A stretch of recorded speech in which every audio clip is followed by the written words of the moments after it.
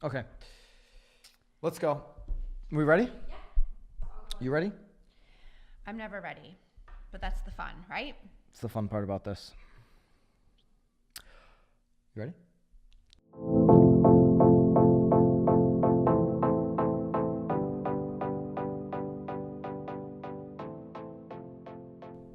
Welcome back. This is Byron Lazine and Nicole White, and you are tuned in to episode 11 of The Real Word. What do we do on this show, Nicole? What is the whole point of this podcast that we're doing? It's like a quiz. Yeah. What do you got? I always fail at quizzes. I'll fill you guys in just so that Nicole doesn't feel like she's put on the spot here. Usually on the show, we pick a topic, which we have a phenomenal topic. We have a great topic. It's actually like a multi-layered topic today. It is. It really is. And we put our 2 cents on top of that topic, and then we take in a final word, usually from one of the viewers, whether you're a real estate agent, broker, lender, Slacking, whatever. though. You guys have been slacking. Slack City. I mean, we Slacking. kind of... Maybe they're still like getting out of like the New Year's funk. Yeah, and we haven't been pushing that hard. So, No. and then we do the final word. So let's just jump right into today's topic. I know there should be some like little catching up. We could ease into it, but we're not going to do that today. We're just going to jump right in. It's like end of January.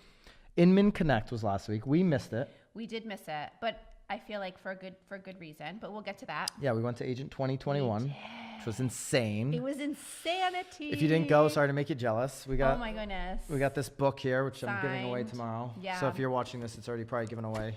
But, It was like, and it was in a football stadium. oh my God. Which was like you had no idea. Like it was just like It was much better than hanging out the Marriott Marquis in New York gosh. City for It the was Inman. Not to put Inman down, like we love Inman. And I've been to Inman Connect the last few years, but I think the greatest part though was that we didn't know what to expect. Yeah. We walked in thinking, what I will say is if Inman, you better check whenever they're doing Agent 2021 next year and don't run on the same week because Garyvee is going to get you're a gonna flood lose of people. lots Yeah. of people. We It were was lucky an insane enough event. that we still actually got cushioned seats. So we were VIP, so we got cushioned seats. I'm certain that that's not going to happen again next year. They're going to be like we might actually, if there's enough people, I bet you we might actually be in the stadium. There was potentially 800 next people year. there. Yeah. And I think without a doubt, there's going to be 3,000 to 4,000 people next year. Absolutely. I already had so many of my contacts across the country that didn't go. We were like, dude, I'm seeing the stories, I'm seeing the live feeds, It was and insane. disappointed. It was awesome. So because we didn't go to Inman, we've been kind of looking at what happened there and some of the articles coming out. And so Inman, Emma, Ooh, we always do that. Hinchcliffe, something like that. Hinchcliffe. Emma Hinchcliffe. captured some really good content out of Pete Flint. I'm assuming he was on a panel at Inman Connect. If you went, Let us certainly know. drop us a comment. But Pete Flint, who is or was a co-founder of Trulia, Yeah, right. I don't think I have no idea if he's still involved actually, but I think we did our homework, huh? the headline, and we're going to link this article up if you're watching in the YouTube world. Do we link these up in SoundCloud? How does that work, these articles? And we link them up in SoundCloud. So if you're listening there, Pete made the statement, the majority of traditional real estate companies will die. Death will happen. And so he's calling that in the next 10 years. And as we all already know, disruption has already come in the hospitality, the media, certainly retail. And he says that the home sale transaction is no exception. And, you know, it's interesting because we've seen so much massive disruption over the last few years. But what's happened over the last few years is more people have actually used a real estate agent than ever before. Right. Which is interesting. Yeah. There's been all this massive disruption. I think it's because you can connect with an agent easier than you ever. Well, right. I mean, obviously, if you don't see at least 9 real estate agents on your Facebook feed, I would actually be kind of surprised, right? Absolutely. I mean, they're everywhere. It's sort of like the Roden and Fields ladies. Well, we holy see it all hell. the time.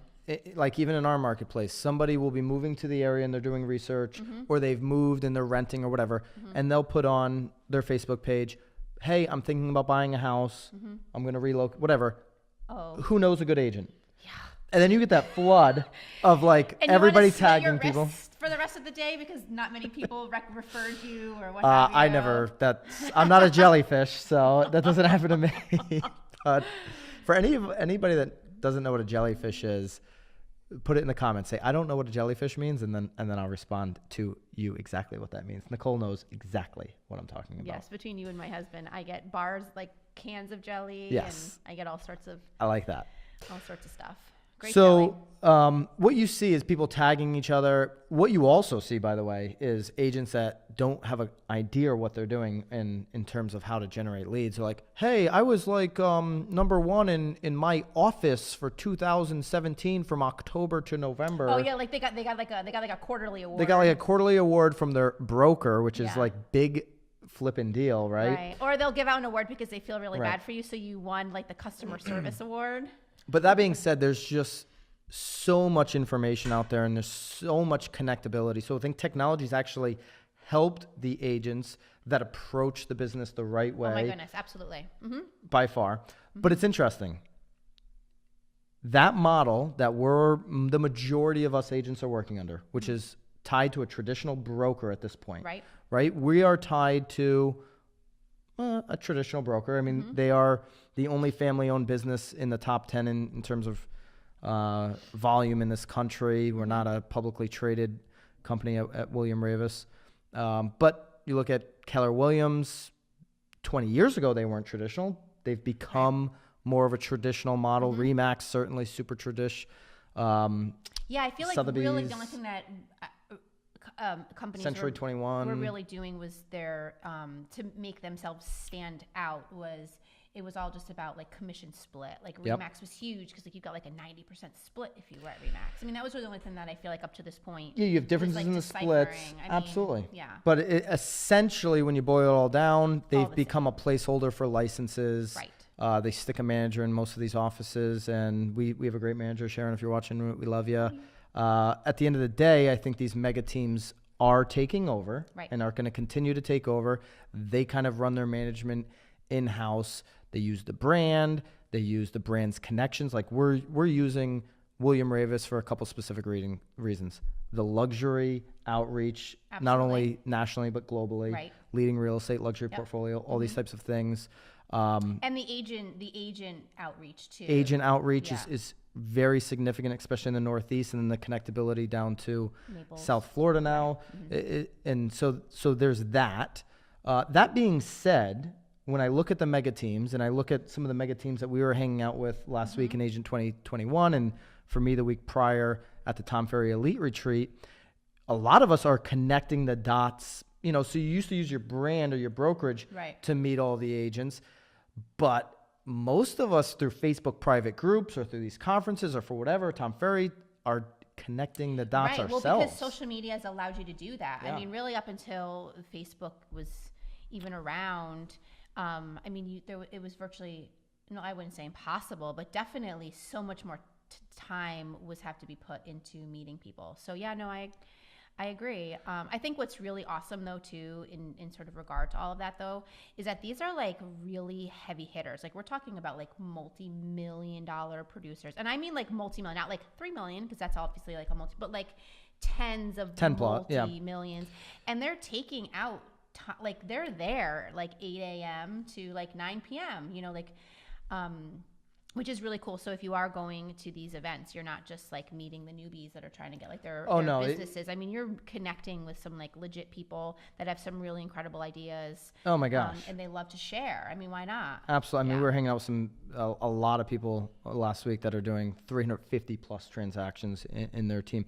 So Pete said Pete Flint, this is co-founder of Trulia, the companies are realizing that it's often easier to start a new company and change from a blank sheet of paper than it is to change an existing company. When we were at Agent 2021, it is hard for people to change what's worked for them for 30 years. And Gary Vaynerchuk brought this up when he spoke about Toys R Us. Right. When he went in, because he has this affinity for Toys R Us, he went, took the meetings, tried to help them before they went bankrupt, and essentially provided, strategy that they decided, really good strategy, like that would have completely and stuff, but would have completely changed their business model, right. It would have, and they were romantic about how they got there. They didn't want to take his advice. They didn't want to adjust, and what happened? They ended up going bankrupt. So I think that I think that statement really rings true, that if the big brokerages decide to rest on their laurels, then you'll see it, right? They will be, the hottest brokerage right now is probably across the country is probably Compass, right? They just got that funding a couple months ago, or it was the end of 17, I think, or beginning of 18. If you look in New York City, everybody's jumping ship, right? There's Element brokers and agents, and there's Halstead agents jumping over to Compass. They're like the new shiny thing. I'll tip my hat to them. They are marketing their brand and their brand strategy better right now than any broker any brokerage in the country. Okay. No doubt.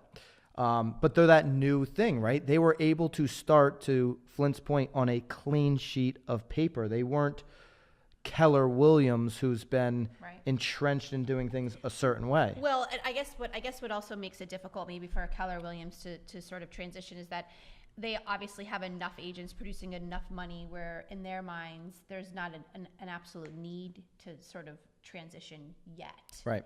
Which is both probably a pro and a con, in all honesty. But yeah, I mean, and he said that too, even with social media, Gary. I mean, if people have been on it for years, it's even hard for them to sort of like maneuver a new path because they're just doing what they've always done. So yeah, he's brought that example up numerous times where people were so, I mean, you can see what's happening in the YouTube world right now, where people are like so entrenched in their YouTube channels, and then YouTube changes the algorithm on how they run ads, and they're like, oh, how am I going to feed my family? Well, it's like, dude, one, build an actual business instead of that was his biggest thing too.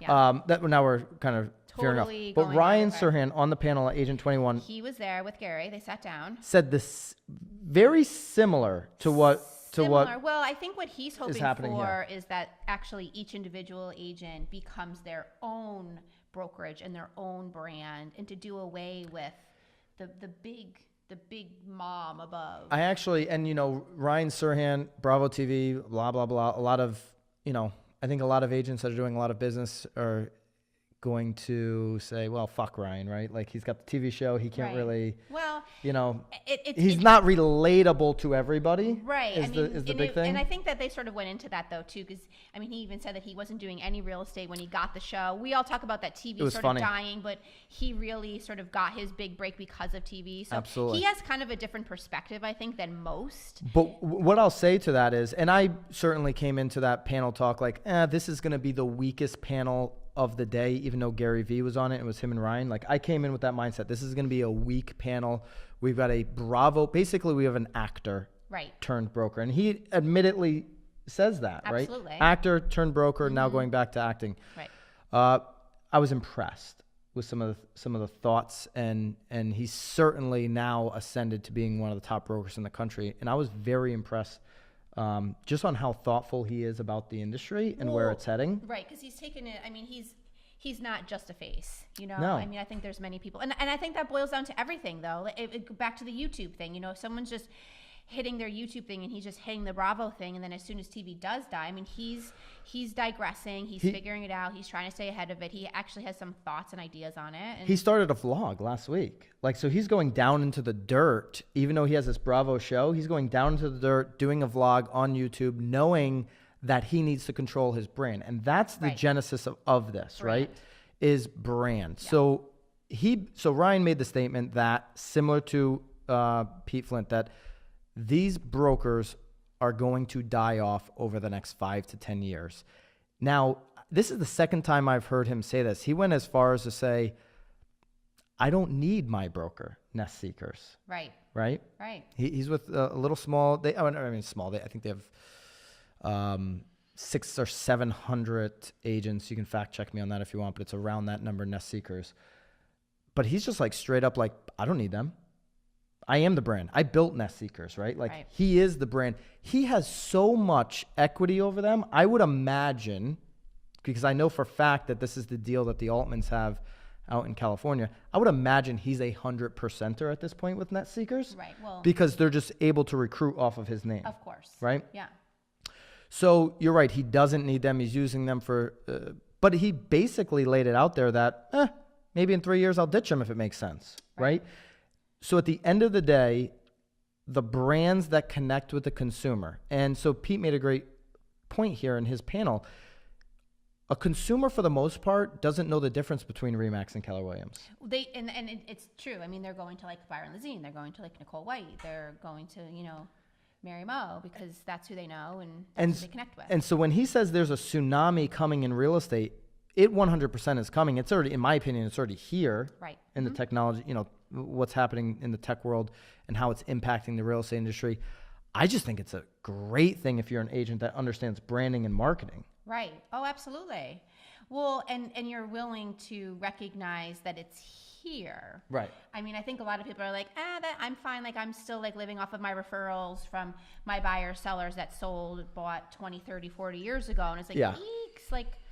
And now if you have 5 years left in the business and you've always built it off of database, sphere of influence, and it's just naturally coming to you, just like ride that out, because that's not going to like die out tomorrow. No, that's it's definitely not going to die out tomorrow. But I mean, if you're, because we always sort of talk about sort of hooking on to somebody within an agency that's sort of, a little, not, I wouldn't even say older, but that has been in the business a little bit longer to help guide you. Yep. I think you have to be super particular with who you're picking, because if you are following an agent that is riding the referral wave, unless they're going to hand you down the book, although that may not even really be helpful, you really need to just make sure that you're hooking onto someone that is really in the marketing game, that's really in the branding game, and that also is really super willing to like switch. I mean, we go one direction one week and then we could like flop the next week, and luckily because Nicole has a lot of ideas, and you have some ideas too once in a while. But luckily, everybody in our my team, retweeted idea was pretty. That epic. was your idea. Yeah, that was my idea. I think I just followed you yesterday. Anyway, but I think what's great though is that we have people under us that are like, sweet, like let's go with this. Yep. Where again, if you're sort of under somebody that has super traditional ways where they're still having their admin print out like name labels for like their calendars to go out because it's January. Oh my God. Like steer clear of that. I saw an email from our company, not to beat up our company. An email? We're here for a reason. We love you guys. I saw an email come out and the email was, they're ready if you want to order keychains to give to your clients. Did you see that one? Oh, keychains. No. Like people think that that's a good use of marketing dollars. Yeah. On keychains. Well, okay, but actually, they're doing that here. Well, so take deep breaths, though. Not us, the developers. So it's a great marketing strategy for the brokerage. Yep. Maybe not the agent. So no. My point is, the consumer that receives that keychain is not making a decision based on that keychain. No, but my only point is that the brokerage that has their name on the keychain, because they're not putting the agent's name on the keychain. They're no doubt. They're putting, Remax or Coldwell Banker or whatever on the keychain. So that helps just continue to spread their name recognition. I just don't think it spreads it that far, right? My only point is that I get it. It's in your pocket. Anyway, I think you're missing my point. I'm not missing your point. Yeah, I'm not saying that it's a good use of money. No. But my point is that they're definitely not helping the agent in that situation. They're helping themselves. Yeah, exactly. So the email to me makes sense in the big scheme. Coming from the broker. Right. Well, here's why it doesn't make sense to me. But if I call you and be like, hey, I ordered, obviously. But here's why it doesn't make sense. That broker is now using somebody's time in their company to figure out ordering and delivering of keychains when they should probably be figuring out how to go Instagram live from their newest listing. Yeah, again, that's really where everyone's sort of behind though too. Yeah. I mean, and they're probably, in all honesty, keeping that woman in that same job because she's been doing it for 20 years and they feel loyal and have to keep her. Oh my gosh. They just are like, she's been with the company for 20 years. It's every brokerage that I have a little bit of insight knowledge to is doing just that. Yeah. They're staying loyal to people that have been there 20, 30 years as opposed to one. I'm gonna be really bad here. I think we're going like gutting those departments and getting the people that are going to be able to handle, as Pete Flint says, this tsunami of technology that are coming.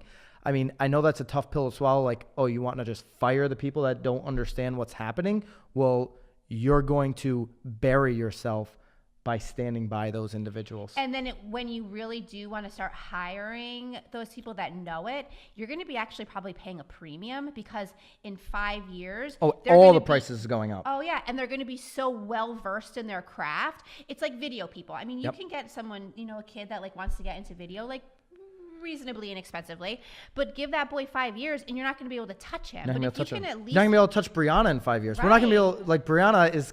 yes. Hopefully Brianna's still with us, and No, but that's we're like, rocking and rolling. But you have to get into it. Again, it's like Facebook ads. Like Yeah. they're like $2 to like get a decent reach. But like in 5 years, if you start jumping into it, it will break your bank, and you I will think be paddling upstream. And I yes, 5 years is far, but yeah, even a year or two. I think it's coming. Right.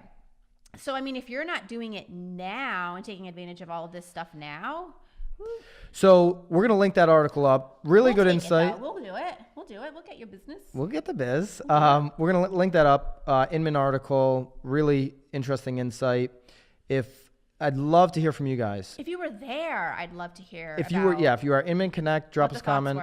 Or if you are Agent 21 and you heard the panel from Ryan and Gary, any predictions that you have of what's going to take place over the next 5-10 years? Do you think it's going to be, let's say on the early side of those 10 years where there's massive disruption? You know what else you could do? Tag which brokerage you think is the first to fall. Wow. Like which one of the big brokerages Boom. do you think is the first to completely fall?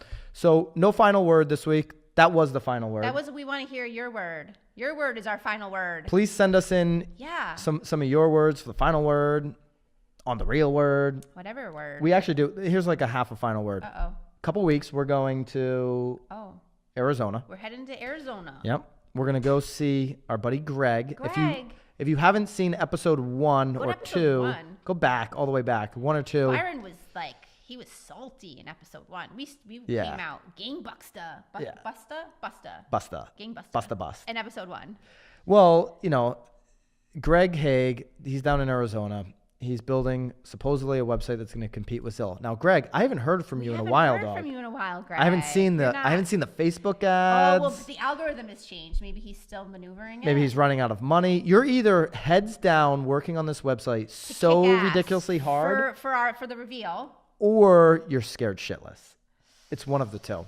We're flying down to Arizona regardless. Greg, so like, not scared shitless. Like, I want to know, like, do you got your game tight, or should Nicole and I just like network with other agents and like figure out what the pool hours are, like, right? Well, I'm always gonna find out what the pool hours are. She's gonna find out.